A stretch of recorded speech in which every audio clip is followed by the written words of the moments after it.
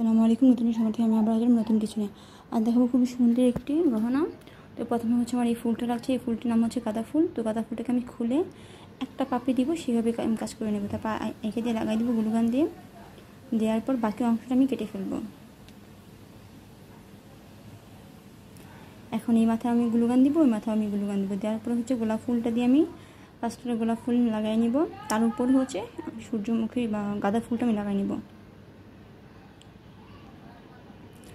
এখন দুপাশে আমি গাঁদা ফুল দিয়ে দিব, দেখতে পারতেছেন।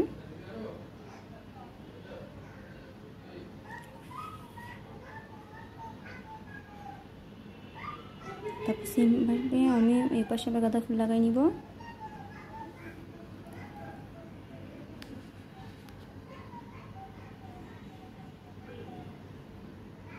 গাঁদা ফুলটা বসাই নিয়েছি আমি। তারপর হচ্ছে আমি আবার দুই পাশে গাঁদা ফুলের দুই পাশে আবার লাল হবে। আমি লাল গোলাপ ফুল আর গোলাপি গোলাপ ফুল দিয়ে কাজটা কমপ্লিট করব। এখন দেখেন উপরে অংশ কিন্তু ফাঁকা দেখা যাচ্ছে, এখন হয়তো স্পষ্ট বোঝা যাচ্ছে না। যখন আমি লাগাবো তখন একটু খেয়াল করবেন।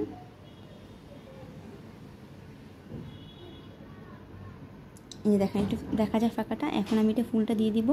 এখন আর একটু খারাপ দেখা যাবে না। অবশ্যই মাথায় রাখতে হবে, আপনি কাগজ বা ফিতা বা যার মধ্যে কাজ করেন না কেন ওই অংশটা দেখা না যায়, দেখা গেলে খুব খারাপ দেখা যায়। তো আপনাকে এখন আমি হচ্ছে আবার সামনে দেখেন একটু অংশ দেখা যায়, আমি সেখানে আবার একটা ফাঁকা অংশে রেনু দিয়ে দিব। মোট কথা আপনি যার উপরে কাজ করেন না কেন ওই অংশ কিন্তু কোনোভাবে দেখা না যায় যে আমি রেনু দিয়ে দিচ্ছি।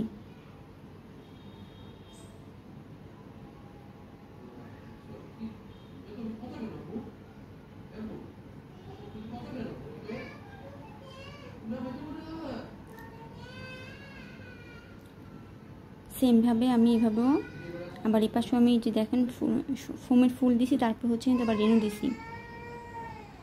এখন সবচেয়ে সুন্দর একটা জিনিস হচ্ছে এই ফুলটা, গাঁদা ফুলটা। তো গাঁদা ফুলের দুটো পাপড়ি আমি খুলে নিব। নেওয়ার পর দেখেন ছোটোটা উপরে দিছি আর বড়টা নিচে দিছি। নেওয়ার পর উল্টা করে আমি কেটে নিব।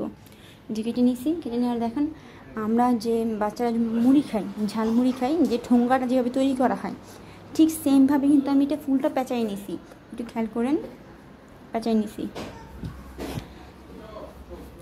নেওয়ার পর দেখেন এটা আমি আইকা দিয়ে আবার গ্লুগান দিয়ে লাগাই নিলাম।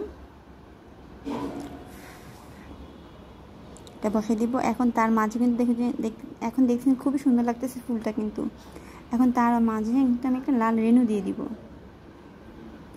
এখন খুবই সুন্দর লাগছে দেখেন আপনি ফুলটাকে।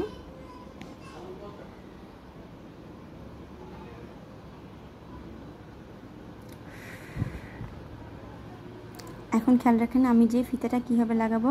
এটা ইজি ফিতা অনেকে বলে, যে যাই হোক গলার, আমি এটাকে হচ্ছে গ্লুগান লাগিয়ে আমি এই ফিতাটার মধ্যে পেঁচিয়ে নিব।